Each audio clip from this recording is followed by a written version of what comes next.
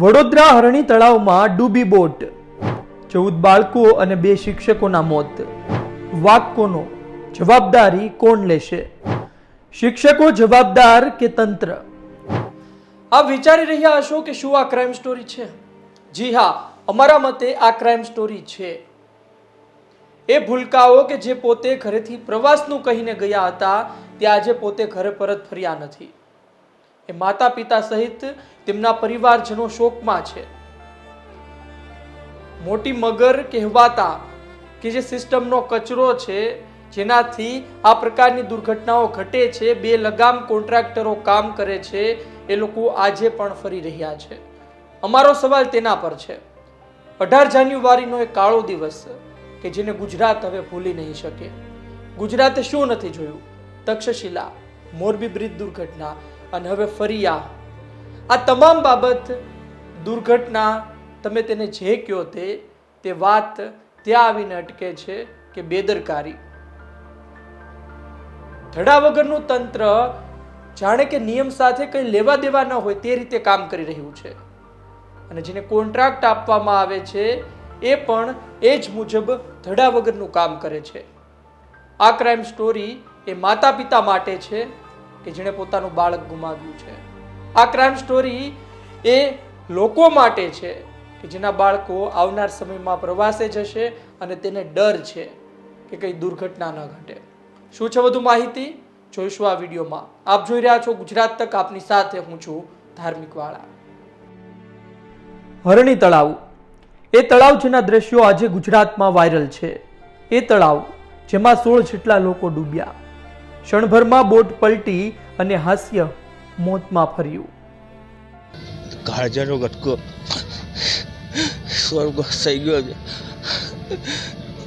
જે કારણસર કોર્પોરેશન કોઈ અથવા જેવી ત્યાંના કાર્ય નાવડી ચાલક હોય એની પરની કાયદેસરની કાર્યવાહી કરવી. પૈસાનો પાવડો આપીને તમે મારા છોકરાને પાછો નહીં આપવાના.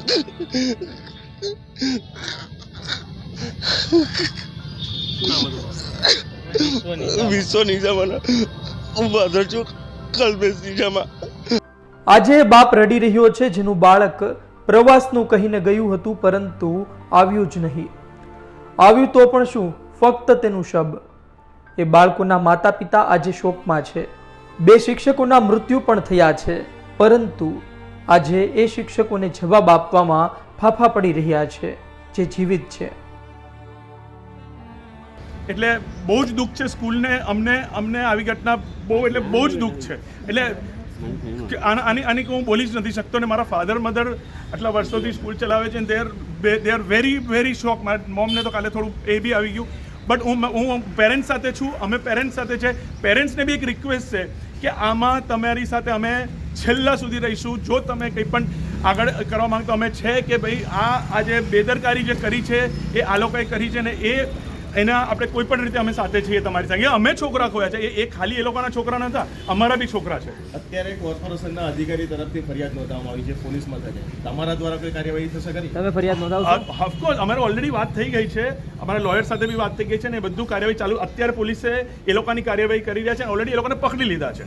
એટલે અમને એવું કીધું કે અમે તમને બોલાવી અને તમારું લઈ લઈશું. સીધી રીતે છેતરપિંડી ફરિયાદી તમે બનશો, કારણ કે શિક્ષકોએ એવું કીધું છે. કેમ નહીં અમે ઓલરેડી યસ 110% અમે પેરેન્ટ્સ સાથે છે અને અંત સુધી રહીશું, એમાં કોઈ ડાઉટ નથી. ઋષિભાઈ, તમે ફરિયાદી એટલા માટે કારણ કે તમારી સાથે છેતરપિંડી થઈ, તમને ખોટું બોલવામાં આવ્યું. જે વ્યક્તિને કોન્ટ્રાક્ટ તમે આપ્યો તો બાળકોને લઈ જવાના, સાચવવાના, પરત લાવવાના, તે વ્યક્તિએ તમારી સાથે સંસ્થા સાથે બાળકોના પરિવાર સાથે, એને લઈને તમે અલગથી કોઈ કાર્યવાહી કરશો? ઓફકોર્સ કરીશું, કેમ નહીં કરીએ. બચ્ચાઓની એ છે અત્યારે જે પહેલું આજે એ છે. અમે પેરેન્ટ્સને અત્યારે બહુ એ કરવા માંગીએ છીએ કે અમારા પેરેન્ટ્સ, અમે પ્લીઝ સમજો કે આ વસ્તુ અમે તમારી સાથે આપણે સાથે મળીને આ લડાઈ લડીશું. ઘટનાને લઈ તંત્ર જાગ્યું છે. એસઆઈટીની રચના કરવામાં આવી છે. કુલ 18 લોકો સામે એફઆઈઆર દાખલ પણ કરવામાં આવી છે. નેતાનગરીમાં પણ શોક છે. સમગ્ર ઘટનાને લઈ દુઃખ વ્યક્ત કરવામાં આવી રહ્યું છે. આ સમગ્ર ઘટનાની અંદર જે પણ કોઈ કસૂરવાર હશે અથવા તો નિગ્લિજન્સી આપણી ધ્યાનમાં આવશે તો તરત જ સરકાર ખૂબ ગંભીરતાથી, આદરણીય ભૂપેન્દ્રભાઈ પટેલ સાહેબે પણ ખૂબ ગંભીરતાથી આ વિષય લીધો છે. એટલે જરૂરી તમામ સૂચનાઓ વહીવટી તંત્રને આપી દીધેલ છે. એક વખત પહેલા જે પણ લોકો આપણને મળ્યા છે, રેસ્ક્યુ કર્યા છે, એમની સારવાર એ આપણી પ્રાથમિકતા છે. પરંતુ સૌથી દુઃખદ વાત એ છે કે કેમ કોઈ ધ્યાન નથી દેતું. આ ઘટના બની છે અને ખૂબ જ દુઃખદ ઘટના છે.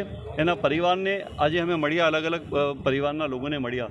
એ લોકોનું એવું કહેવું છે કે એમને ચોક્કસ ન્યાય મળવો જોઈએ. સ્કૂલ તરફથી પણ અમને જે પ્રમાણે જે માહિતી જોઈતી હતી એ માહિતી સ્કૂલે પણ નથી આપી.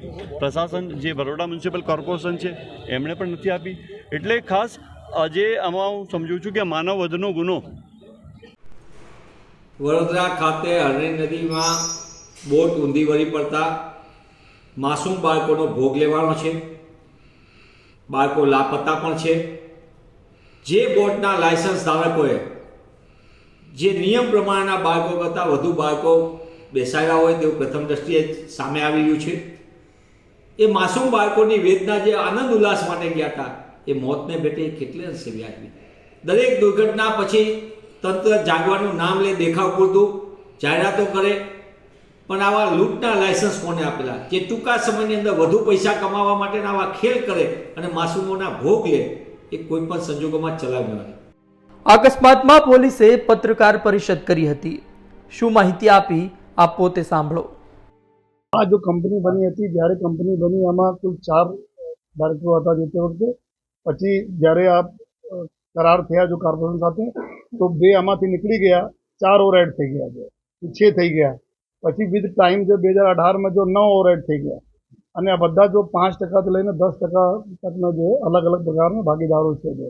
પરંતુ આ સ્પષ્ટ આમાં લખાય છે એના કરારમાં કે ટોટલ જે જેટલા બી લાયબિલિટી અને અસેટ છે it is also agreed by and between the parties here to that the continuing partners and new partners shall become the absolute owner of all the assets, liabilities, contracts entered into by the said business of Messrs. Kotia Project.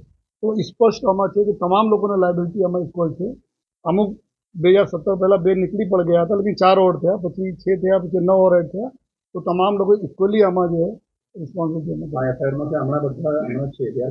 they are currently at present જો ગઈકાલે તક બધા જો corporation તરફથી documents અને ફરિયાદ થઈ છે પાર્ટનર છે.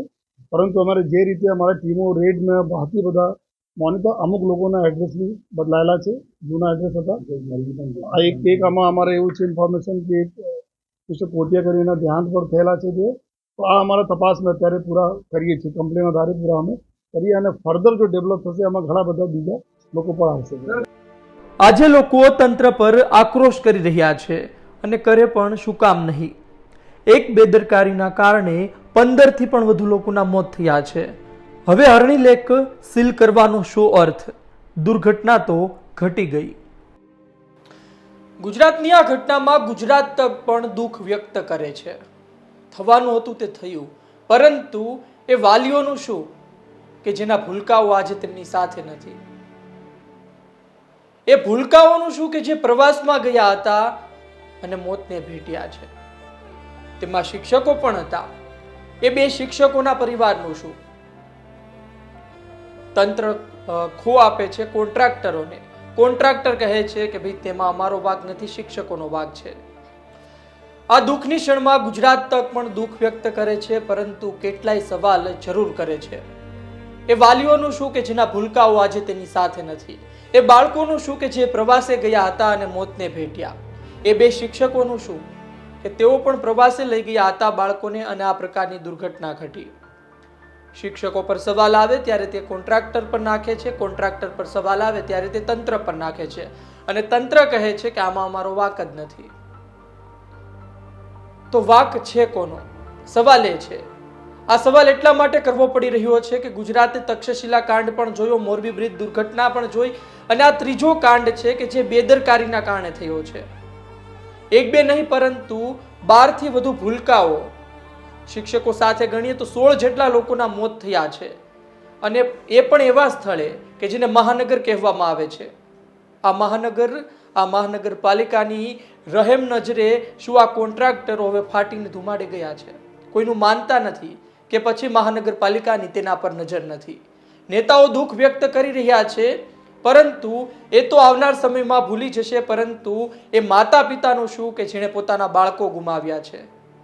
એ માતા પિતા કે જે પોતાના બાળકો માટે મૂડી જમા કરતા હતા, એના ભવિષ્ય માટે કામ કરતા હતા, એ સારી સ્કૂલમાં ભણી શકે એ માટે શું નહીં કર્યું હોય, પરંતુ આ જ સ્કૂલે, આ જ પ્રવાસે તેને હતા નહોતા કરી નાખ્યા.